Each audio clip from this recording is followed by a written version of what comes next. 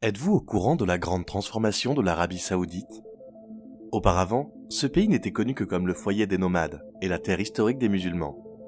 Le pays importait 90% de sa nourriture d'autres pays et était confronté à une pénurie d'eau, car il s'agit d'une région désertée où il pleut très peu, voire pas du tout chaque année. Cependant, récemment, l'Arabie Saoudite est devenue l'un des principaux exportateurs de légumes, de bétail, de produits laitiers, d'œufs et de pétrole. Comment ce pays est-il passé d'une nation sous-développée à une nation développée aujourd'hui? Restez là. Nous vous dévoilons la grande transformation de l'Arabie Saoudite. Petite histoire de l'Arabie Saoudite. Le roi Abdulaziz a fondé le royaume d'Arabie Saoudite en 1932. Le royaume couvre la majeure partie des terres arabes. C'est le plus grand État d'Asie occidentale avec une superficie de plus de 2 millions de kilomètres carrés. C'est presque 4 fois la taille de la France métropolitaine et du Mexique. La mer Rouge se trouve à l'ouest du golfe Persique et à l'est de l'Arabie Saoudite. Le pays a pour frontières l'Irak, la Jordanie, le Koweït, Oman, le Qatar, les Émirats arabes unis et le Yémen. Il partage des frontières maritimes avec le Bahreïn, l'Égypte, l'Érythrée, l'Iran et le Soudan. Le pays compte une population de 34,8 millions d'habitants en 2020. La capitale de l'Arabie Saoudite est Riyad. C'est également la plus grande ville du pays. Les terres de l'Arabie Saoudite se composent de régions basses, de montagnes et surtout de déserts. Le pays est composé à 95% de déserts, avec peu ou pas d'eau. Cela devrait retarder le développement du pays, notamment dans des secteurs comme l'agriculture. Or, c'est le contraire qui se produit, puisque l'Arabie Saoudite est connue pour être un exportateur de cultures comme les carottes, le café et le bétail. Comment ce pays désertique est-il passé du statut de nomade ordinaire à celui d'exportateur de produits alimentaires, de découvreur scientifique exceptionnel et de premier exportateur de pétrole au monde?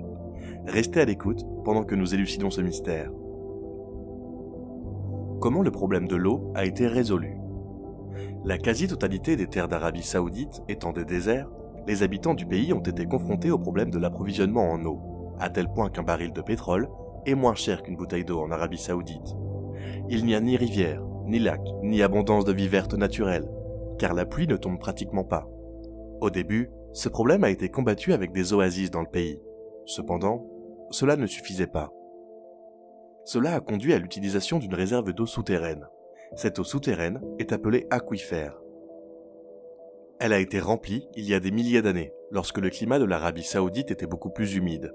Grâce à cette source d'eau, la nation a retrouvé l'espoir d'atteindre son objectif de se nourrir elle-même plutôt que d'importer des marchandises provenant d'autres pays. Ainsi, les Arabes ont pu créer des terres agricoles dans les déserts et nourrir leurs animaux grâce à l'eau souterraine.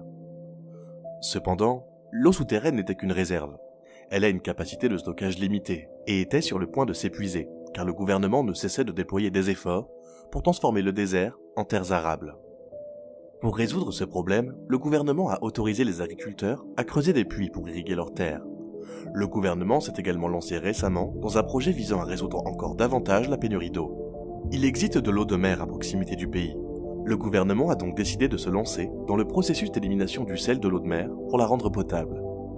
Le projet a débuté en 2011 et a été mis en service en avril 2014. Il s'agit de la plus grande installation au monde où on extrait le sel de l'eau salée. Elle est capable de desservir 3,5 milliards de personnes dans la ville de Riyad, la capitale de l'Arabie Saoudite. L'usine peut produire 728 millions de litres par jour et elle a coûté au gouvernement saoudien environ 7,2 milliards de dollars. Toutes ces inventions proviennent d'un pays qui n'a pas ce que d'autres pays ont. Comment les déserts ont-ils été transformés en terres vertes? L'Arabie Saoudite est largement connue pour ses terres désertiques. Bien qu'elle possède des régions propices à l'agriculture, l'espace y est très limité. Il est donc devenu impératif pour le gouvernement de convertir de vastes zones désertiques en champs agricoles. Comment cela est-il possible? Il a fallu approvisionner artificiellement les terres en eau et adopter des technologies modernes. Ainsi, la terre autrefois stérile est devenue une terre débordante de plantations vertes. Après de nombreuses années d'efforts ciblés, l'Arabie Saoudite est passée d'un pays qui importait des produits alimentaires à un exportateur de dattes, de produits laitiers, d'œufs, de poissons, de volailles, de fruits, de légumes et de fleurs, vers les marchés du monde entier, car elle a atteint un degré d'autosuffisance dans la production de ses produits. Actuellement, l'Arabie Saoudite s'est lancée dans un projet qui semble impossible sur une terre aride. Eh bien, s'ils ont pu transformer un désert en terre fertile, quoi d'autre n'est pas possible? le gouvernement a décidé de planter 450 millions d'arbres sur des terres désertiques et d'intégrer la plantation d'arbres dans les grandes villes. Autrement dit, il s'agit de créer une forêt dans le désert. Est-ce que ce n'est pas trop ambitieux? Eh bien, les Arabes semblent avoir l'air confiants dans leur projet. L'un des avantages de ce projet pour les Saoudiens est que la végétalisation des espaces libres dans les villes contribuera non seulement à limiter la hausse des températures, mais aussi à réduire les émissions de dioxyde de carbone, à améliorer la qualité de l'air et à offrir des possibilités de mode de vie plus actifs. Le pays prévoit de réaliser cet exploit d'ici la fin de 2030, et à la fin de 2021, 10 millions d'arbres avaient déjà été plantés dans toutes les régions. D'après toutes les indications, l'Arabie Saoudite est en pleine croissance malgré le climat sec de leur pays. La découverte du pétrole en Arabie Saoudite. À l'époque, les Arabes étaient des bergers qui ne pensaient pas au pétrole. Leur principale source de revenus était le pèlerinage des musulmans à la ville sainte de la Mecque. Le schéma a changé le 3 mars 1938, lorsqu'un puits de pétrole, appartenant à des Américains à Dharan, en Arabie Saoudite, a creusé ce qui allait bientôt être identifié comme la plus grande source de pétrole au monde. Cette découverte a rapidement modifié la structure géographique, humaine et politique de l'Arabie Saoudite, du Moyen-Orient et du monde entier. Le gouvernement a commencé à établir des infrastructures solides dans le secteur. Lorsqu'il en a pris le contrôle total, les autorités ont creusé des puits et mis en place des oléoducs, des raffineries et des ports. Aujourd'hui, le pétrole couvre environ 92% du budget du pays. Le pays produit désormais plus de 260 milliards de barils de pétrole. Ces raffineries produisent environ 8 millions de barils de pétrole par jour, et des plans sont en cours pour augmenter la production à environ 12 millions de barils par jour. Ainsi, la quantité de pétrole est largement suffisante pour répondre aux besoins de toute la population, et le pays peut facilement exporter vers d'autres pays. Cela a créé une relation cordiale entre ce pays autrefois désertique et le Japon, la Chine et l'Asie du Sud-Est.